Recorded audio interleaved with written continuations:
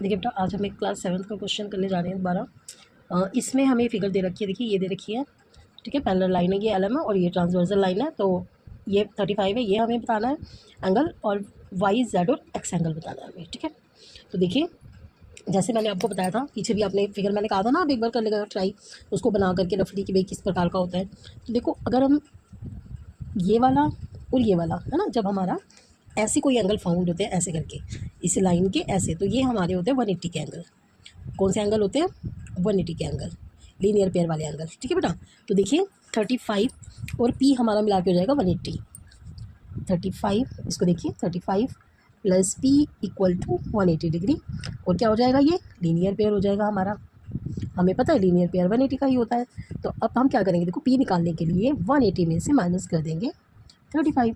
अब 180 में से माइनस अगर 35 करेंगे तो आएगा 10 में 5 में 5, 7 में से 3 में 4, और ये 145 आ गया हमारा, ठीक है। एक एंगल तो हमारा निकल गया 145 हमारा निकल गया। अब देखिए, ये वाला एंगल और ये वाला एंगल हमारा सेम होता है, ठीक है। ध्यान से देखिए, 35 प्लस बराबर इक्वल टू एक्स, है ना। और प्रॉपर्टी हमारी इसमें क्या लग जाएगी? देखिए, अल्टरनेट, है ना, अल्टरनेट इंटीरियर एंगल बन गई है भाई। लाइन के नीचे ये भी ऐसी है, और अंदर वाला मतलब अंदर वाली है, इन मतलब अंदर, तो अंदर वाले है ये। तो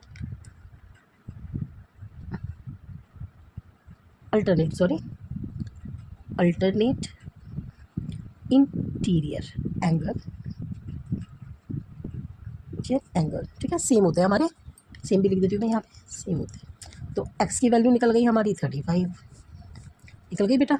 अब यहाँ पे आ जाइए, देखिए 70 और y हमारे इक्वल होते हैं, 70 इक्वल टू वाई। अब इसमें हमारी क्या कोरस्पॉन्डिंग एंगल है ना, लाइन के ऊपर, ये भी लाइन के ऊपर, तो कोरस्पॉन्डिंग सेम पोजीशन जिसे कहते हैं हम, कोरस्पॉन्डिंग एंगल सेम होते हैं ये भी हमारे।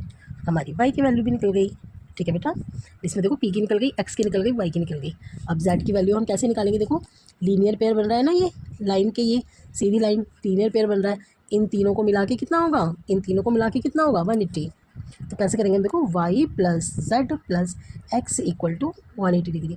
देखो, ज़रूरी नहीं है कि आप इसको ऐसे ही लो, ये तो लाइन से लिखे हो तो मैं ले लिया, आप एक्स जेड वाई किसी भी उसमें ले सकते हो, ठीक है, क्योंकि तीनों को मिला के हमारा 180 होगा। देखो y की वैल्यू हमारी निकल गई कितनी?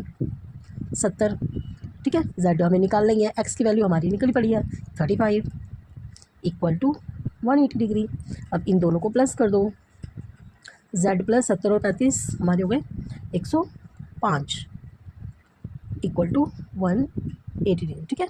अब z हमारा क्या निकलेगा बेटा? यहाँ पे ना बेटा डिग्री भी लगा देना, ओके। 180 में से माइनस करो 105, तो कितना हो गया? 75 डिग्री। ये हमारा निकल गया z, ठीक है बेटा। तो ये हमारे तीन एंगल फाइंड हो गए।